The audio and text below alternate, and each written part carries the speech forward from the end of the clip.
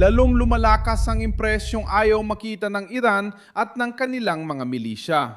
Ang Ades Warthog ay muling umatunggal sa gitna ng krisis nitong Martes, ika-31 ng Marso, 2026. Sa gitnang silangan, kitang-kita ang paglala habang ginagamit ng Estados Unidos ang isang eroplanong itinuturing ng marami na lipas na para sa makabagong digmaan. Ngunit na yon ay muling naging instrumento ng presyon laban sa mga armadong grupong konektado sa Teheran. Malinaw na desisyon ng Washington na durugin ang mga posisyon ng mga milisya at protektahan ang ruta ng langis. Ang Ades ay hindi na simbolo ng nakaraan, kundi isang brutal na babala ngayon. Isang opensiba na nagmumula sa langit, dumadaan sa Iraq at tumatama sa puso ng tunggalian para sa kipot ng Hormuz. Ang nangyari sa malinaw na paraan ay ganito. Kinumpirma ng Estados Unidos noong Marso 19 ang mga pag-atake laban sa mga milisyang kaalyado ng Iran sa Iraq. Sinabi ni General Dan Kane na ang mga helikopter ay patuloy na umaatake sa mga grupong ito upang supili ng mga banta laban sa mga puwersa at interes ng Amerika. Ilang araw lang ang lumipas, lalong lumala ang sitwasyon. Noong Marso 23 ang pambobomba sa estruktura ng Puwersa ng Mobilisasyong Bayan o PMF sa Anbar ay pumatay ng hindi bababa sa 15 mandirigma ayon sa Reuters. At noong Marso 25, dumating ang pinakasensitibong pangyayari. Isang pag-atake ang tumama sa base ng Rabanya sa kanlurang bahagi ng Iraq na pumatay ng 7 sundalo at nag-iwan ng 13 sugatan. Kinundena ng Baghdad ang insidente bilang matinding agresyon habang itinanggi ng Washington na tinarget ang klinikang militar. Dapat malinaw kung sino ang sangkot sa labanan.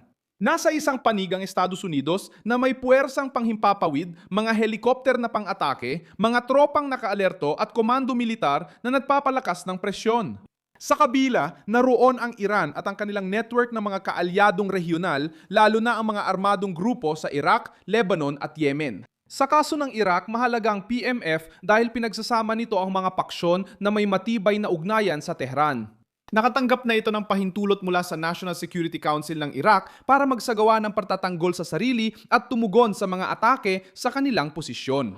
Mahalaga ang detalyeng ito dahil ginagawang isang lugar na lalong nahihila sa digmaan ang teritoryo ng Iraq.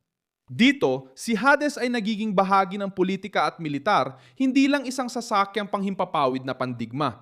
Paano tumugon ng Estados Unidos gamit ang presyur mula sa himpapawid, mas pinalakas na presensyang militar at paghahanda sa mas malalaking operasyon? Nailarawan na ng mga dalubhasang media, batay sa mga pahayag mismo ni General Duncan, ang paggamit ng Hades, ang Warthog, ay nangangaso ng mga mabilis na sasakyang pandagat na pang-atake sa kipot ng Hormuz. Ito ang tumutulong magpaliwanag kung bakit ang isang eroplano na itinuturing ng marami na laos na ay muling nabigyan ng mahalagang papel. Naglilingkod ito para sa matitindi, direkta at mas murang misyon laban sa maliliit at mabilis na target tulad ng armadong bangka at lantad na posisyon. Kasabay nito, ibinunyag ng Reuters na libu-libong paratrooper mula sa 82nd Airborne Division ang nagsimulang dumating sa gitnang silangan. Sumali sila sa mahigit 2,000 at 500 marine na naipadala na ron dati. Kabilang sa mga opsyon ang pagprotekta sa mga ruta ng langis, pagtaas ng presyon sa baybayin ng Iran at pagsuporta sa mga aksyon sa estratehikong lugar tulad ng isla ng Kharg. At bakit napakahalaga ng lahat ng ito ngayon? Hindi na lang ito simpleng palitan ng atake ng Israel, Estados Unidos at Iran. Kapag nasakal ng Iran ang Hormuz, pinapailalim nito sa presyon ng pandigdigang merkado at napipilit ang ilang bansa na pumili ng panig. Kung masira ng Estados Unidos ang presyur na ito, hindi lang nila pinapahina ang Tehran, kundi pati ang mga milisya at kakayahan nitong magbanta sa reyon.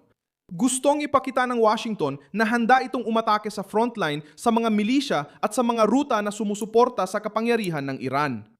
Si Hades, na inakala ng marami na matanda na para sa digmaang ito, muling lumitaw bilang simpleng kasangkapan, agresibo at simboliko ng bagong yugto.